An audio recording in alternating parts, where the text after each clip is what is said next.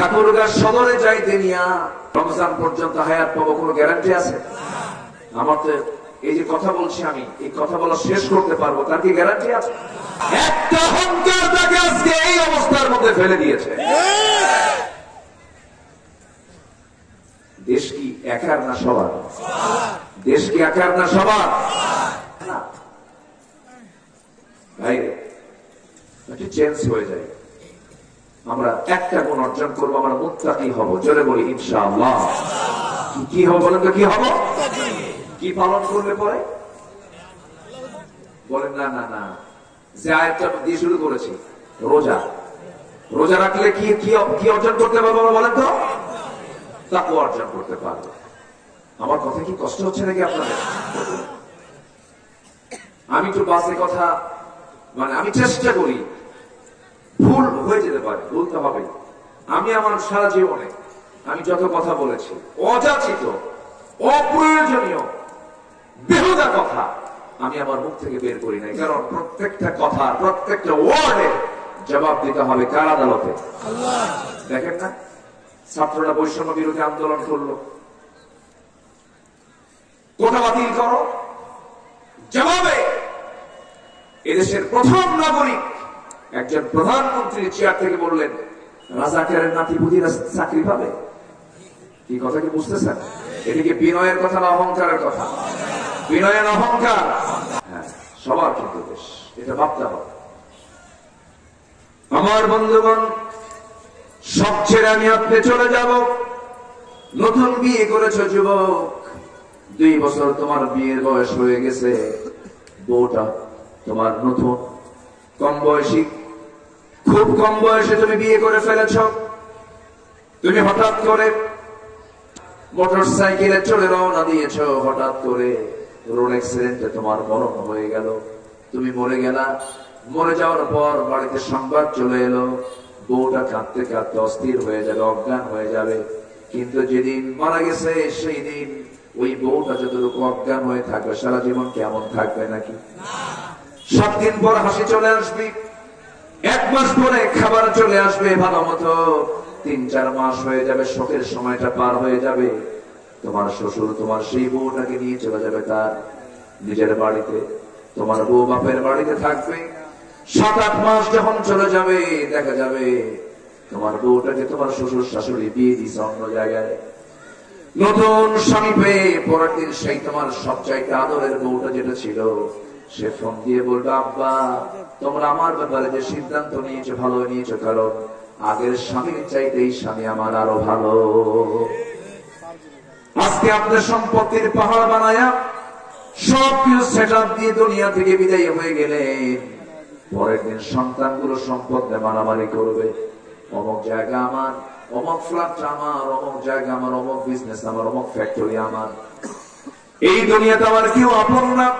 আপন থাকলে পরে একজনই তিনি আপন আছেন, চিল্লায় বলুন তিনি আমার কে?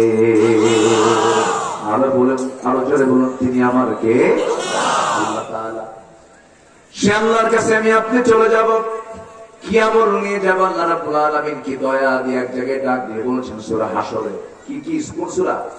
হাসরে বলছেন। হাসর মানে হলো কঠিন জায়গা। সেই জায়গায় ডাক দিয়ে বলছেন, ইয়া আইয়ুহাল্লাযীনা আমানু তাকুল্লাহা ওয়াল তানজুর নাফসুম মা কদ্দামাত লিগাদিন ওয়াত্তাকুল্লাহ ইন্নাল্লাহা খাবীরুম বিমা তা'মালুন। জোরে বলুন আল্লাহু আকবার। ঈমানদারেরা, তোমরা আল্লাহকে অবশ্যই তোমরা ভয় করবে, আর তোমরা লক্ষ্য রাখবে, ওয়াল তানজুর নাফসুম মা কদ্দামাত লিগাদ, আগামীকালের জন্য, আগামী দিনের জন্য, হাসরের দিনের জন্য তোমরা কি পাঠাচ্ছ, কি আমলনামা পাঠাচ্ছ, কে সতর্ক করছেন? আসতে বলবেন না, কে সতর্ক করছেন? আল্লাহ সতর্ক করছেন। এরপর আবার বলছে ওয়াত্তাকুল্লাহ, আল্লাহকে ভয় করো, মানে মুত্তাকি হও। কি হও? মুত্তাকি হও। ইন্নাল্লাহা খাবীরুম বিমা তা'মালুন, আল্লাহ তোমাদের সকল কিছুর কাজের খবরগুলো তিনি রাখেন। তোমার চোখ কোন দিকে তাকায়, তোমার অন্তর কি চিন্তা করে? ওয়ায়ালামু খাইনাতাল আ'য়ুনি ওয়া মা তুখফিস সুদূর। তোমার অন্তরে তুমি কি গোপন রেখেছো? তোমার চক্ষু কি খেয়ানত করতেছে? পৃথিবীর কেউ না জানলেও জানেন যিনি, তিনি আমার চিল্লায় বলুন কে? আল্লাহ সবকিছু দেখেন। এই জন্য আমার বন্ধুগণ, যে কোনো কাজ করতে গেলে সবচেয়ে বড় সাক্ষী আমরা কাকে বানাবো? আসতে বলুন না, কাকে বানাবো? যেখানে দুইজন তৃতীয় জনকে, যেখানে তিনজন চতুর্থ জনকে, যেখানে একজন সেখানে দ্বিতীয় জনকে। দিনের আলোতে দেখেন কে? রাতের আধারে দেখেন কে? বাইরে দেখেন কে? ঘরে দেখেন কে? দুনিয়ার সকল জায়গায় একমাত্র দেখার একচ্ছত্র মালিকানা কার? এই তিনটা লোক উঠলো কেন? এই তিন দলীয় জোট কি? বসো। আচ্ছা বলেন তো, কি জনসভা না ইবাদতের জায়গা? বলেন তো, কি জনসভা? জনসভাতে ওঠা নামা হয়, ওঠা মানে ওঠা বসা হয়, কিন্তু এটা কি জনসভা না ইবাদতের জায়গা? এখানে কি ইচ্ছা করে ওঠা বসা করা যাবে?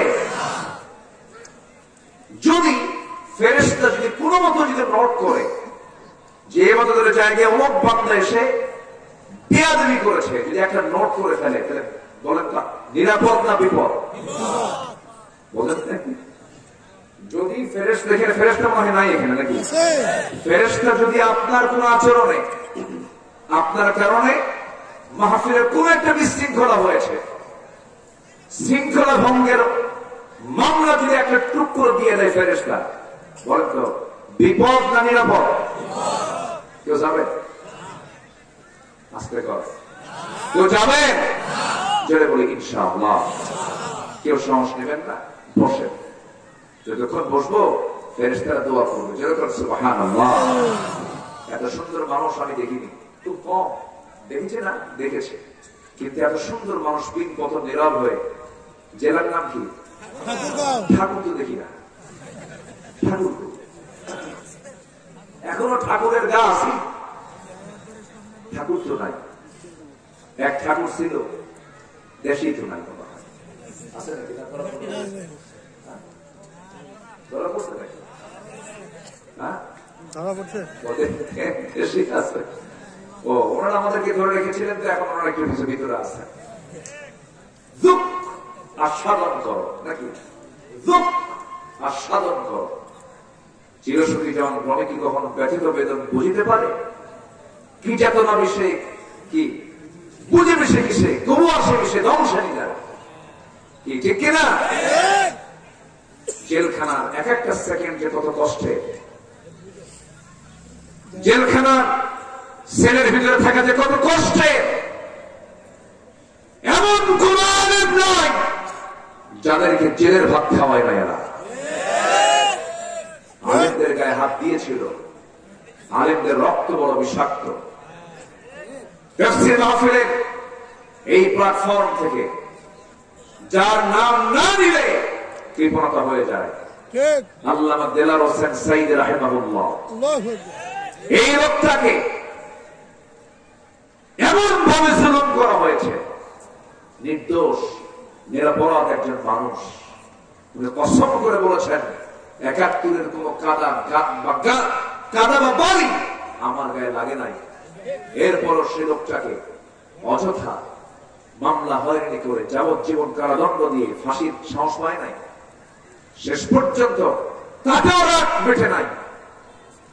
চিকিৎসার নাম করে জেলখানা থেকে হসপিটালে ভর্তি করায়া পয়জনিং করে তাকে পরিকল্পিত নাটক তৈরি করে দিল্লির প্রেসক্রিপশনে হত্যা করা হয়েছে।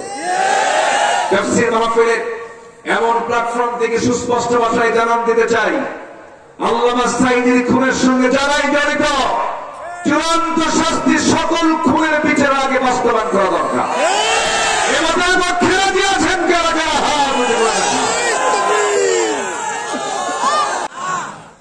আচ্ছা, কোরআন কি মানুষের তৈরি করা আইনের পক্ষে? কোরআন বলতেছে যারা আল্লাহর দেওয়া বিধান অনুযায়ী বিচার করে না ওরা কাফের। বলতে এটা কি আমার ফতোয়া না আল্লাহর ফতোয়া? ফতোয়া কে দিয়েছেন?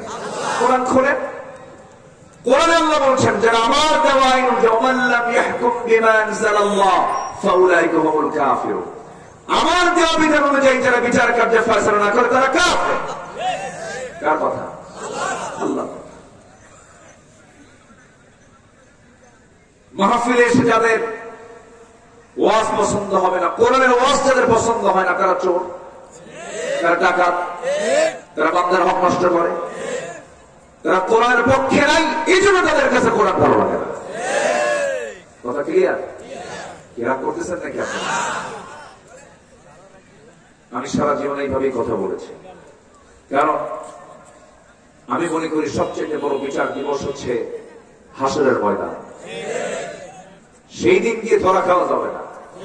দুনিয়াতে যা হয় হোক, 16 বছর তো শুধু আসা যাওয়া উচিত, আনাকুম জানাকুম, জেলখানায় আনাকুম জানাকুম, আনাকুম জানাকুম, টেনশন নাই তো। এই অভিজ্ঞতাগুলো তারা শিখিয়ে গেছে আমাদের, কোনো সমস্যা নাই। সম্মানিত ভাইয়েরা,